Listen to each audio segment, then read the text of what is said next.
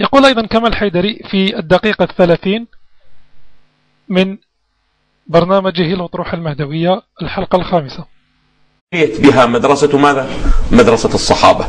لأن مدرسة الصحابة لما أهملوا نسب المهدي المنتظر وجعلوه عنوانا قابلا للانطباق على كل ماذا؟ على كل شخص، وجدتم أنه نحن على مر التاريخ يوميا نجد في مدرسة الصحابة من يدعي ماذا؟ من يدعي المهدوية. أحسنتم. ادعاء المهدوية قلت جدا في مدرسة ماذا؟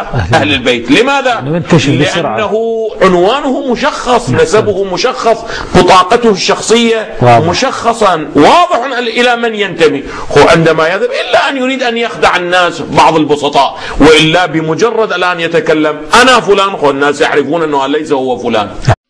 طيب أقول إخواني الكرام،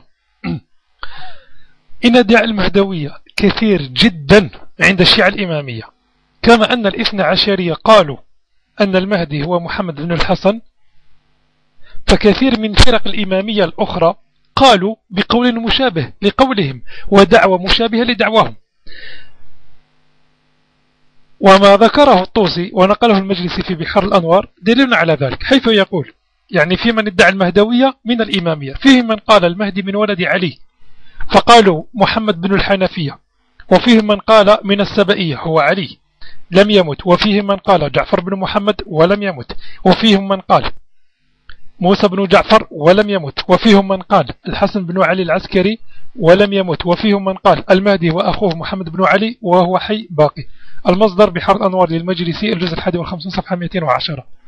هنا نجد أن ادعاء الاثنى عشرية من جنس ادعاء فرق الإمامية الأخرى، وأي فرقة تدعي أن مهديهم هو المهدي الذي بشر به النبي صلى الله عليه وآله وسلم وجب عليها أن تأتي بالدليل. فكلام كمال حيدري أن ادعاء المهدوية قل عند الاثنى عشرية يكذبه الواقع.